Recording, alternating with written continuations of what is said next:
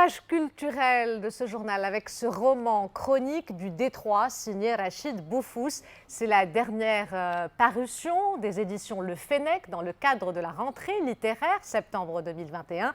Les Chroniques du Détroit, à l'instar des romans historiques au rythme palpitant, donne à découvrir un Tanger international. Cette œuvre de 184 pages est un voyage palpitant à la rencontre de citoyens d'horizons différents, notamment des Anglais, des Allemands, des Français, des Espagnols, des Russes et des Chinois, tous venus à Tanger pour quelques jours, mais qui y demeurent toute leur vie. Au fil des pages, des gens célèbres font leur apparition.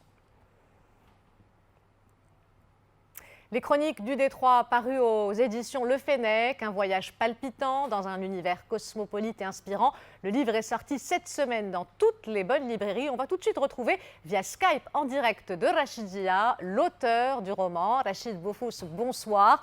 Alors d'abord, pourquoi avoir choisi de raconter le Tanger du début du siècle ?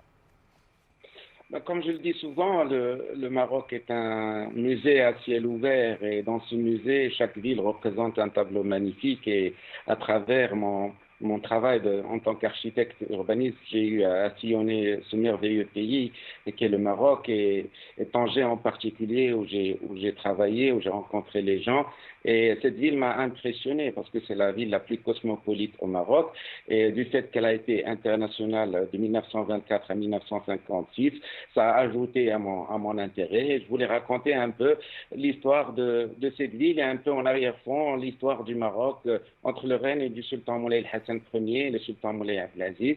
Donc c'est une époque du Maroc qui était très peu connue. Et je voulais raconter l'histoire de ces étrangers, comme vous l'avez dit, qui sont venus pour un jour, pour quelques semaines et qui sont restés toute leur vie à Tanger, qui ont fait la richesse et le cosmopolitisme de cette ville qui est ouverte sur l'Europe et sur l'Afrique. C'est la porte du Maroc.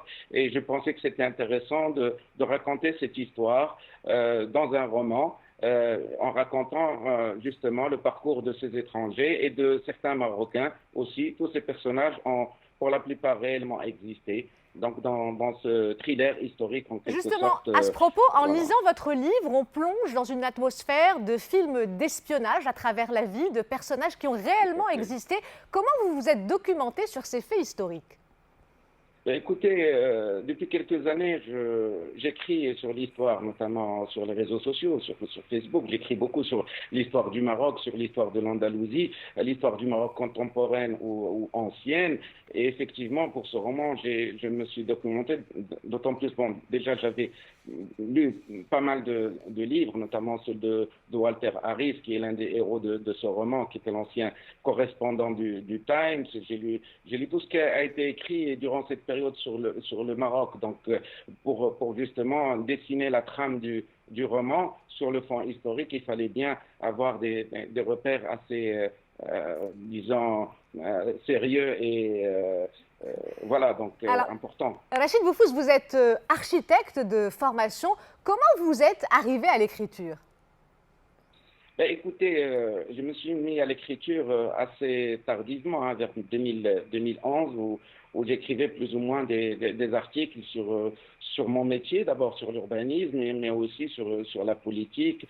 Et je me suis dit, à partir de 2016, pourquoi ne pas écrire des histoires sur l'histoire du Maroc, les histoires d'hommes et de femmes qui ont contribué à bâtir la civilisation marocaine. Et à partir de là, ces histoires sur Facebook, les gens m'ont dit de sortir cela en livre et de ne plus les publier sur Facebook. Donc, mais je continue quand même à partager cette histoire fabuleuse du Maroc sur les réseaux sociaux.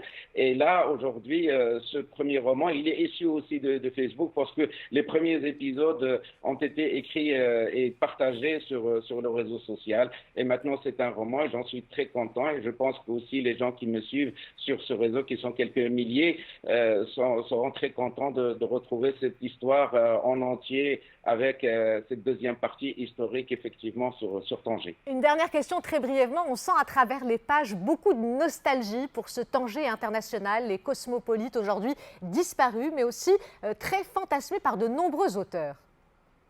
Ben, écoutez, je ne suis pas le seul nostalgique de ce Tanger international. Beaucoup de gens, qu'ils soient étrangers ou marocains, qui ont vécu cette période sont nostalgiques. On le retrouve dans les écrits de Paul Bowles, on le trouve dans les écrits de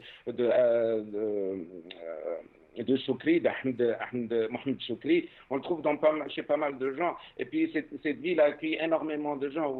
Vous connaissez certainement le séjour d'Henri Matisse, d'un certain nombre de grands écrivains, de Jack Kerouac, de Tennessee Williams dans cette ville, et qui ont écrit une ligne des plus belles page de cette ville internationale. Et le Maroc doit être fier de cette ville, de son histoire. Et je pense qu'il faut faire un travail aujourd'hui pour faire connaître l'histoire de cette ville extraordinaire qu'est Tanger. Rachid Bofous, merci. Je rappelle que vous êtes l'auteur de Chroniques du Détroit qui est sorti cette semaine dans toutes les bonnes librairies.